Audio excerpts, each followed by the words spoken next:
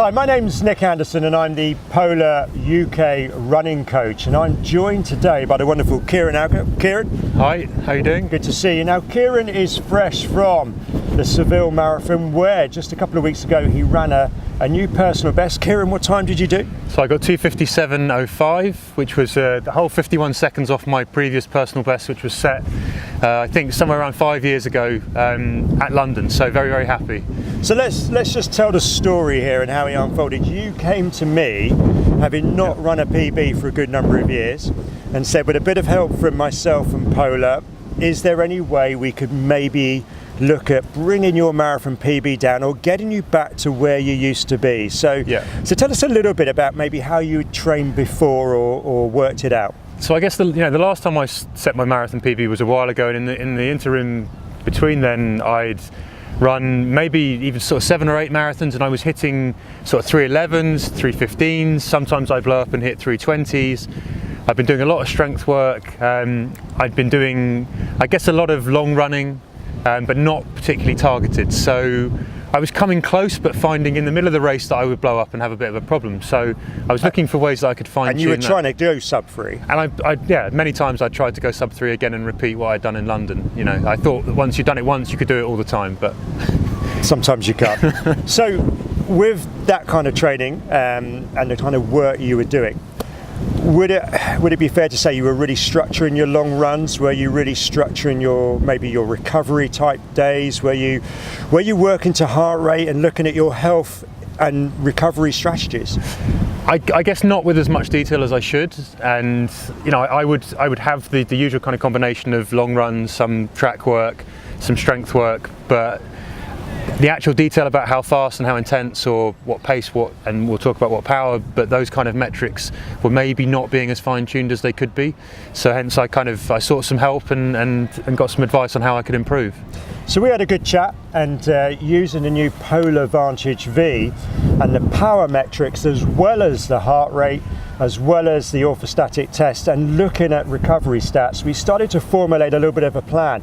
But the first thing we actually did was to go to St Mary's University and do a field test where we went onto the track and did some 3-minute blocks of running, where we gradually, each 3-minute block, increased the pace, increased the intensity, which then gave us some heart rate readings and also the power metrics that we wanted against the lactate and against the heart rate measurements. Now, Kieran, for you, that was quite a new experience, wasn't it? It was frankly terrifying. Before I got down there, I'd just come off the back of a really long ultra run that I'd done. So I was feeling a little bit kind of nervous and a little bit edgy about how this session would go, building up and having to push through.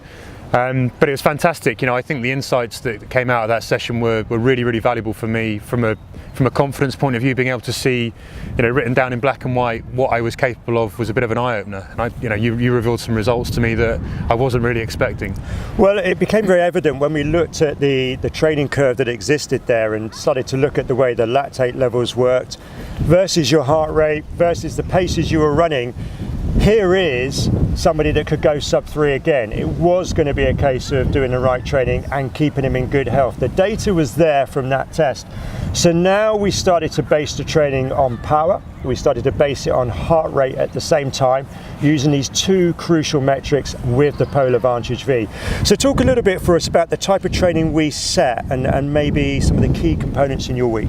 Yeah, I think so one of the biggest changes that I had in the training plan that you provided were the threshold runs. So running at a far higher intensity and for longer periods that pushed me, I think, into sort of a zone that I hadn't really experienced in a while, where I was being, it was uncomfortable. It was uncomfortable to run at that pace. It was often quite hard to do that. And I realised very quickly that I'd been running, often even in my faster sessions, I hadn't really been pushing through to the levels that I had to. And I was able to sort of look at my power data for that. So seeing that I had, this threshold of power that I could work within really helped.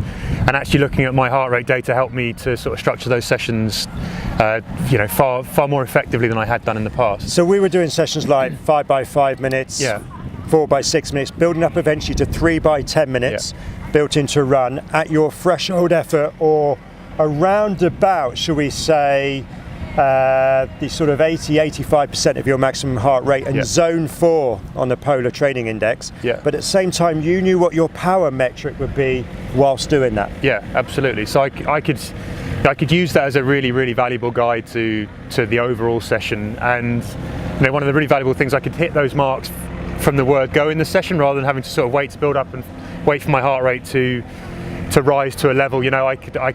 I'd know that I was hitting those zones from the very get-go. Can you remember a conversation we had regarding one of the training sessions you sent me where maybe I felt you were getting a bit overtired and we were having to back off?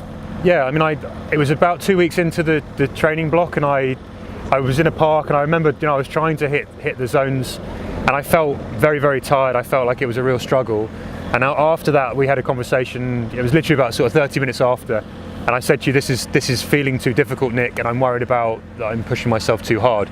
And we were able to look at the stats, and from there we extrapolated that basically I was in danger of pushing too hard and easing back off. Because you were nearly in zone 5, not in zone 4. I was too and eager. The watts were too high, so it wasn't lying to us. You were working too hard. Yeah. It was suddenly this mentality that actually faster must produce better, but maybe in marathon training it doesn't. I was very pleased to know that as well, because coming in that session, confidence-wise, it was a bit of a knock. I'm out there trying to hit the targets that I thought I was supposed to be hitting, and it felt like it was too much of a stretch, and so that was a bit of a worry. But to come back and see the data and have that kind of extrapolated, and then to say, okay, we just need to ease back, was, again, it sort of gave me the confidence to go back into my training and get the job done.